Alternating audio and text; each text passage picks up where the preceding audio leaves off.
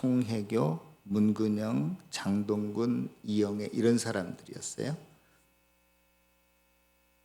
2020년도 올해 중국에서 가장 한국인 연예인 중에 인기 있는 사람이 누군가 그랬더니 블랙핑크라고 합니다. 블랙핑크, 저는 핑크 블랙인지 블랙핑크인지 그러니까 이름만 들어봤어요. 가수인지 뭐 아이돌 그룹인지 연예인인지 잘 모르겠지만 하여튼간에 그런데요, 몇 년 전에 우리나라에서 그 가장 인기 있는 연예인을 모 핸드폰 광고에 사용했습니다. 핸드폰 회사가 굉장히 우리나라에서 최고의 그 회사들이잖아요. 그런데 그때 그 카피 광고 문구 중에 그게 뭐였냐면 전지현보다 내 여자친구가 더 좋은 이유야. 그 전지현이라는 배우가 아마 그 당시에 그 스마트폰이 나올 때 아마 모든 한국의 남성들에게 굉장히 우상이었던 것 같아요. 그 뭐 얼굴도 예쁘고 뭐 돈도 많고 뭐 매력적인 아마 여자 배우였던 것 같습니다. 그런데도 불구하고 내 여자친구가 더 좋은 이유가 뭘까? 만질 수 있기 때문이다. 그렇게 말했어요. 예전에 전자기기들은 다 버튼식이잖아요. 이렇게 꾹꾹 눌러서 전화번호도 찍고, 또 지금도 우리 교회 엘리베이터는 옛날 거라서 이렇게 꾹 찔러야 그 표시가 되고, 그런데 요즘 전자기기는 다 어떻게 해요? 그냥 만지기만 하면, 터치만 하면 화면이 바뀌고 옮겨가고 그렇잖아요. 아마 그것을 굉장히 강조하기 위해서 그랬던 것 같습니다. 전지현을 좋아하는 그 팬들을 보면 전지현 씨가 나오는 뭐 방송, TV 모든 프로그램 하나도 놓지 않고 다 보고 공연장까지 따라다니면서 막 환호성을 올리고 그러는가 봐요. 전지현 씨 광팬들은 또 뭐냐? 전지현 씨가 나이가 몇 살인지, 뭐 몸무게가 몇 킬로인지, 키가 몇 센치인지, 뭐 좋아하는 음식이 뭔지, 지네 엄마 거는 몰라도 하여간 다 알아. 꿰뚫고 있어. 그런데 전지현 씨는 그 사람을 몰라. 제가 우리나라 대통령 이름이 문재인 대통령이라는 것도 알고 있고, 눈을 감아도 우리나라 대통령이었던 건 다 알아요. 근데 정작 문재인 대통령께서는 저를 전혀 몰라요. 전혀 몰라요. 만일 우리나라 지금 현직 대통령이 내 가족의 한 사람이라면 아마 우리 형님이랄지 그러면 내가 청와대 한 번 정도는 들어갈 수 있었을 거예요. 그렇죠? 형님, 청와대 안방은 어떻게 생겼는지 한번 보고 싶습니다. 구경 좀 시켜주세요 하고, 그런데도 이렇게 들어가서 보고, 목욕탕도 같이 가고, 형님 오른쪽 겨드랑이 밑에 점 있는 것도 알고 세밀한 것도 다 알 수 있을 거예요. 제가 어저께 한 친구 초청을 받아서 식사를 하고 왔는데, 이제 은퇴를 하고 이제 경기도 어디에다가 집을 마련해서 거기서 기거할 거라고 그래서 몇몇 친한 친구들을 보냈어요. 다른 녀석들은 걔네 집에 가기를 굉장히 원했는데 초청을 안 하고 몇 명만 한 거야. 갔더니 뭐 꽃병도 앞에 놓아 있고 뭐 TV도 있고, 탁자가 저는 마음에 들더라고요. 아주 원목으로 된 소나무 탁자인데 예술품이에요. 그냥 시중에서 파는 게 아니라 누가 손으로 직접 만들어 가지고 친하지 않으면 그러한 공개된 것 말고 은밀한 부분 잘 알 수가 없죠. 그렇죠? 예.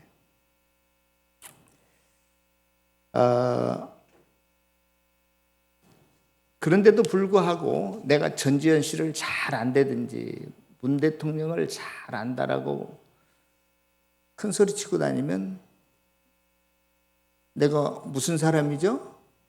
거짓말하는 사람, 응? 요즘 애들 말로 뻥치는 사람, 허망한 사람이에요. 욥기 11장에 소발이라는 친구가 욥을 향해서 너 어떤 사람이다? 허망한 사람이다. 그런 이야기를 해요. 너 거짓말 하는구나. 너 머리가 텅 빈 사람이야. 그런데 오늘 그러한 이야기를 하는 친구들에게 욥이 거꾸로 네가 허망한 놈이야. 그러한 대답이고 본문인 것 같습니다. 욥이 허망한 사람이 아니라 욥의 세 친구들이 진실된 믿음, 참다운 신앙이 없는데도 자기네들은 참다운 신앙인인 양, 진실된 믿음을 가진 사람인 양 여기고 반대로 욥을 비난하는 거예요. 텅 빈 사람이라고. 그래서 지금 욥이 뭐라고 그들에게 대답하고 있는지 제가 12장 1절에서부터 보겠습니다. 욥이 대답하여 이르되, 처음 한번 다 같이 읽어볼까요? 2절 시작. 너희만 참으로 백성이로구나. 됐습니다. 여기서 너희는요, 죄송합니다. 1인칭, 2인칭, 3인칭이라는 인칭 대명사가 있잖아요. 그런데 히브리어로 너를 가리킬 때는 아따 그래요. 단수예요. 2인칭 단수. 그런데 아템 그러면은 복수가 너희들이래. 여기서는 지금 소발이 그렇게 이야기했지만 이 욥이 이 너희는 복수예요. 그래서 소발을 포함한 다른 세 친구 모두에게 지금 하는 말이다. 이라는 것을 금방 알 수가 있습니다. 그래서 소발이 방금 전에 이야기했지만 소발의 대답뿐만이 아니라 그동안 다른 두 친구들도 비슷한 질문이었거든요. 그래서 그 모든 친구들에게 한꺼번에 지금 대답하는 본문이 오늘 12장 본문이다. 그렇게 여러분들이 아시면 되겠습니다. 오늘 본문을 좀 한 절 한 절 좀 더 구체적으로 우리가 성경을 보면서 한번 살펴보도록 하겠습니다. 2절에 보면 너희만 참으로 백성이로구나. 너희가 죽으면 지혜도 죽겠구나. 이렇게 말합니다. 나도 3절에 보면 너희들만 못하지 않다. 너희들이 알고 있는 것들 다 알고 있다. 꼭 내가 아니더라도 그 같은 일, 너희들이 지금 그 말한 것들, 지금까지 지혜, 지식이라고 말한 것들, 마치 너희들 사탄의 하수인들처럼 졸개들처럼 까닭없이 무슨 일이 일어날 수 있겠느냐고 계속 나한테 말했는데, 그래서 내 자식이 죽은 것도 죄가 있어서 그랬고 내가 망한 것도 다 죄가 있기 때문이라고 그랬는데, 모든 것을 그렇게 인과응보식으로만 이야기를 나한테 했는데, 너희들이 내세운 그러한 기준, 원리, 법칙에 의하면 6절에 보겠습니다. 강도의 장막은 형통하고 하나님의 진노를 하게 하는 자는 평안하니. 이게 도대체 어떻게 된 거냐 이 말이에요. 강도라면 분명히 하나님께서 심판을 받아서 잘못돼야 되는데 어떻게 해요? 더 잘 되는 거. 하나님을 진노케 하고 화나게 만드는 사람이 망해야 되는데 그렇지 않은 거, 도리어 평안한 거. 이거 어떻게 된 거냐? 너희들은 지금 계속적으로 나한테 이야기한 것이, 너희들이 욥 네가 잘했으면은 하나님께 복을 받았을 텐데, 이 땅에서 건강도 잃지 않고 자식도 잃지 않고 재산도 잃지 않고 명예도 잃지 않고 잘 영원 무궁토록 대대로 잘 먹고 잘 살 텐데 네가 망한 걸 보니까 너 진짜 잘못해서 망했는데, 너희들이 항상 인과응보식으로만 잘하면 상 주고 못하면 벌 주는 그런 하나님으로만 이야기하면서 나한테 이렇게 나를 비난하고 험담했는데, 그럼 강도가 잘 되는 것, 나쁜 놈이 잘 되는 건 뭐냐? 어떻게 설명할래? 그런 뜻입니다. 7절에 이제 모든 짐승에게 물어보라. 그것들이 내게 가르치리라. 모든 짐승들, 소, 돼지, 개들한테 물어보란 말이지. 날아가는 공중의 새들에게 물어보라. 그것들도 대답할 수 있다. 8절에 뿐만 아니라 땅도 너희들을 가르칠 것이고 바닷속의 물고기들도 너희들에게 설명해 줄 것이다. 9절에 미물들도 이 모든 일을 여호와의 손이 행하신 줄을 안다. 10절에 모든 생물과 사람들의 목숨, 죽고 사는 것이 다 하나님의 손, 섭리, 주권 안에 있다. 13절에 진정한 지혜와 권능은 너희가 알고 말한 그런 지혜와 권능이 아니라 참 지혜와 권능과 계략과 명철은 하나님께 있는 것이다.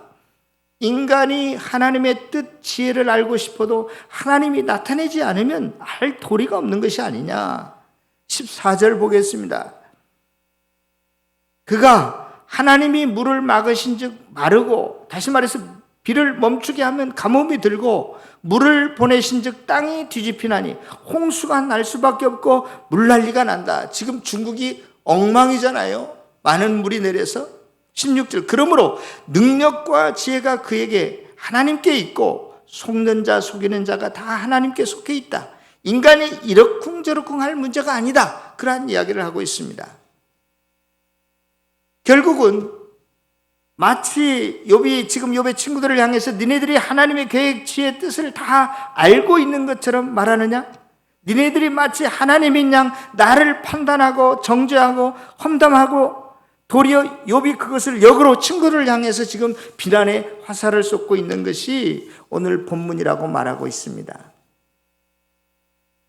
지금 욥의 친구들은 한결같이 공적인 이야기, 공개된 이야기, 누구나 다 알 수 있는 그러한 하나님에 대한 이야기를 가지고 욥을 비난했어요. 그러나 지금 17절에서 마지막 절까지 보더라도 욥은 누구나 다 알 수 있는 공개된 이야기, 그런 것 가지고 하나님을 설명하는 것이 아니라 하나님과 나와 개인적인 친밀한 관계만 있을 때 아는 내용들을 가지고 이야기합니다. 오늘 찬양 인도자가 교회에 오시면서 어떤 교통사고 이야기를 언뜻 했는데, 자기가 그리스도인으로서 화낸 것 때문에 미안하다, 자기를 성찰할 수 있는 계기가 되었다라고 그러는데, 하나님과 개인적인 관계를 맺고 있지 않는 그리스도인들은 그러한 이야기를 할 수 없어요. 화낸 것 자체가 잘했다는 게 아니라 그 일을 통해서 내가 하나님을 인식하게 되고 하나님의 사람으로서 이 땅을 어떻게 살아가야 될 것을 아는 것은 하나님과 나와의 개인적인 관계가 있기 때문에 그러한 나만 경험한 개인의 일을 간증할 수 있는 거예요. 저와 여러분들이 내가 목사라고 성경을 잘 안다고 하나님에 대해서 많이 이야기한다고 많이 안다고 하나님이 나를 인정하는 게 아니라는 거예요. 저와 여러분들이 신앙생활을 어떻게 하고 있는가? 내가 비록 요한복음 3장 16절은 몰라도 나와 하나님과 어떠한 관계를 맺고 있는가? 이게 중요한 거예요. 지금 이 13절에서 마지막 절까지 욥은 하나님과 자기와의 개인적인 외적인 조항을 들어서 나는 너희들은 공개적 누구나 다 알고 있는 이러한 내용을 가지고 나를 비난하지만 너희들이 인정하지, 너희들이 설명할 수 없는 하나님을 나는 이렇게 경험했고 이렇게 알고 있어라고 개인적인 이야기, 사건을 들어서 지금 자기를 변명하고 있는 겁니다. 17절 한번 볼까요? 하나님은 모사, 책사라고도 그러죠. 모든 세상의 그 어떤 물정과 이치를 꿰뚫어보고 앞나라 일까지도 알고 있어서 전쟁이나 정치의 자문 역할을 하는 사람을 모사라고, 책사라고 했어요. 다시 말해서 현자라고도 이야기했는데 오늘날로 말할 것 같으면 정책의장, 그러한 사람일지라도 벌겨벌겨 끌어가게 하시고, 재판장, 애나 지금이나 가장 현명한 사람들이죠. 그런데도 불구하고 가장 객관적이고 사실에 입각해서 공정하고 지혜로운 판결을 하는 사람인데도 불구하고 어리석은 자가 되게 하며, 18절에 왕들의 맨 것을 풀어 그들의 허리를 동이시며, 왕이라는 것은 어떤 존재입니까? 한 나라에서 최고의 권력자요, 무소불위의 권력을 가진 사람 아니겠어요? 어떤 사람이든지 가서 동여맬 수 있는, 체포할 수 있는 사람인데, 하나님께서는 도리어 그를, 왕을 동여매는 하나님이시다. 그런 겁니다. 19절에 제사장들을 벌겨벗겨 끌어가게 하시고, 제사장들도 그 당시에는 최고의 기득권 세력이었습니다. 귀족들이었어요. 왕 다음에 가는 상류층들이었어요. 자타가 공인하는 거룩한 자들이라고 여겼어요. 그런데 하나님께서는 가장 거룩하다고 하는 그들을 벌겨벗겨서 가장 수치스럽게 만들고 존중받아야 될 제사장들을 포로로 끌어가게 하신다는 것입니다. 권력 있는 자를 넘어뜨리시며, 20절 이하도 다 비슷한 내용입니다. 욥의 세 친구들은 모사라면, 재판장이라면, 왕들이라면, 제사장들이라면, 권력 있는 자들이라면 이 땅 위에서 하나님의 복을 받은 자들이니까 대대로 잘 먹고 잘 살아야 된다는 것이죠. 흥해야 된다는 것입니다. 이런 사람들은 하나님께 축복받은 자들이니까. 그런데 그렇지 않다는 거, 예외 조항이 많다는 겁니다. 지금 나라의 흥망성쇠와 개인의 생사화복이, 하나님께서는 민족들을 커지게도 하시고 다시 멸하기도 하시는 하나님이시라는 거예요. 하나님의 손, 섭리, 지혜의 뜻 안에 있다는 것입니다.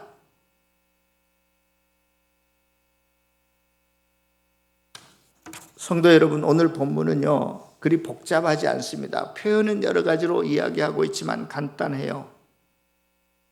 정말로 참다운 신앙이 뭐냐는 거예요. 참다운 신앙이. 저와 여러분들이 하나님을 어떻게 알고 있냐는 질문입니다. 하나님은 공의로우시고 정의로우시고 자비로우시고 그런 거 말고 일상에서 네가 어떻게 하나님을 지금 경험하고 있냐고 이렇게 물어보는 거예요. 일상에서 하나님을 어떻게 경험하고 있느냐, 간증거리가 뭐냐 이 말이에요. 20년 전 이야기하지 말고 30년 전 이야기하지 말고 어제 오늘 아침에 일상에서 하나님을 느낀 게 뭐냐 이 말이죠. 내 실패를 통해서 하나님께서 은혜 주심을 통해서 하나님과 어떤 관계를 맺고 있느냐고 묻는 본문이 오늘 본문인 것입니다. 내가 아무리 전지현 씨 광팬이라도 전지현 씨가 나를 알지 못하는 그런 관계 말고, 내가 눈을 감고 있어도 우리나라 문 대통령의 얼굴이 어떻게 생겨 있는지 잘 알고 있어요. 그냥 꿈에도 나타날 수도 있어요. 그러나 문 대통령은 나를 전혀 알지 못합니다. 그러한 식으로 하나님과 관계를 맺지 말고 정말로 다른 사람이 모르는 그러한 은밀한 부분까지도 하나님과 함께 나누고 교제한 경험이 뭐냔 말이에요. 그런 거를 우리가 말할 수 있어야 된다는 거예요. 이게 참된 신앙인이에요. 많은 사람들이 영성을 이야기하는데요, 독일 신학에서 보면 풍성한 영성, 참다운 영성이라고 하는 것은 그냥 일상생활에서 너희들이 직장생활, 가정생활, 어디에서든지 하나님을 느끼고 동행하는 것이 영성이 깊은 사람이라고 정의하고 있습니다. 우리는 교회 문만 나가버리면 하나님을 잊어버려요. 하나님이 누구인지 별로 상관도 없이 살아갑니다. 저와 여러분들이 일상을 살아갈 때 큰 일이든 작은 일이든 그 일에 하나님이 개입하셔서 나를 어떻게 이끄시고 나에게 무엇을 말씀하시고 내가 그 하나님의 말씀에 의해서 어떻게 행했다라고 하는 간증이 있어야 할 것입니다. 올바른 신앙이라고 하는 것은, 하나님을 경험하는 믿음이라고 하는 것은 하나님과 개인적인 친밀한 좋은 관계를 맺는 것입니다. 욥의 친구들처럼 형식이나 논리보다는 실제와 경험이 더 중요한 것입니다. 얼마나 하나님에 대해서 많이 알고 있느냐, 어떠한 정보, 객관적인 지식을 가지고 있느냐, 이것보다는 하나님과 어떠한 개인적인 관계를 맺고 사느냐, 친밀하느냐, 이것이 저와 여러분들의 신앙의 성숙을 가름하는 바로메터가 될 것입니다. 하나님과 개인적인 관계를 맺고 친밀한 관계를 맺고 온 세상을 창조하시고 나를 사랑하시는 그 하나님과 항상 좋은 관계를 맺고 살아가는 사람은 이 땅의 상황과 상관없이 여유로운 삶, 넉넉한 삶, 행복한 삶을 살게 되리라고 믿습니다. 어떤 아이의 아버지가 있었습니다. 그런데 이 아이가 자라서 이제 유치원에 다니게 됐습니다. 그런데 이 아빠는 솔직히 말해서 얼굴이 좀 못생겼어요. 얼굴이 못생긴 것뿐만이 아니라 얼굴에 온통 새카만 점이 다닥다닥 다 붙어 있었어요. 근데 이 아들이 어릴 때는 그런 줄을 몰랐다가 유치원 다니면서부터 사회를 익히면서부터 눈이 뜨이기 시작했어요. 하루는 아빠한테 와가지고 아빠는 왜 이렇게 못생겼어요? 묻는 거예요. 아빠가 깜짝 놀랐어요. 아빠는 이렇게 얼굴에 점이 많아요. 아빠가 깜짝 놀랐어요. 당황했어요. 그런데 순간 아빠가 유치원에 다니는 그 자기 아들에게 이렇게 대답했답니다. 야, 영철아, 아빠는 말이야 여자들한테 인기가 굉장히 좋았어. 그래서 만나는 여자들마다 이거 내 거야 하고 아빠 얼굴에 점을 찍어놨대. 그 중에 하나가 바로 네 엄마야. 아빠는 너무너무 인기가 많아서 나를 만나는 여자들마다 나한테 다 이렇게 점을 찍어놨다는 거예요. 여러분, 웃기는 이야기지만 얼마나 넉넉한 아빠입니까? 얼마나 행복한 아빠입니까? 창조주 하나님이, 능력의 하나님이 나를 개인적으로 여전히 사랑하시고 붙드시는 그 손길을 느끼면서 그 마음을 경험하면서 그분과 하루하루 동행하시고 순간순간 그분과 손을 잡고 살아가신다면 형식적이고 공개된 것 말고 나만 하나님과 하는 비밀스러운 많은 간증들을 말하면서 욥처럼 살게 될 것입니다. 여러분들이 형식적인 하나님과의 관계가 아니라 정말로 친밀하고 좋은 개인적인 하나님과의 관계를 맺으며 이 세상을 아름답게 살아가는 복된 성도들이 다 되시기를 다시 한번 주의 이름으로 축원합니다. 오늘 말씀을 생각하면서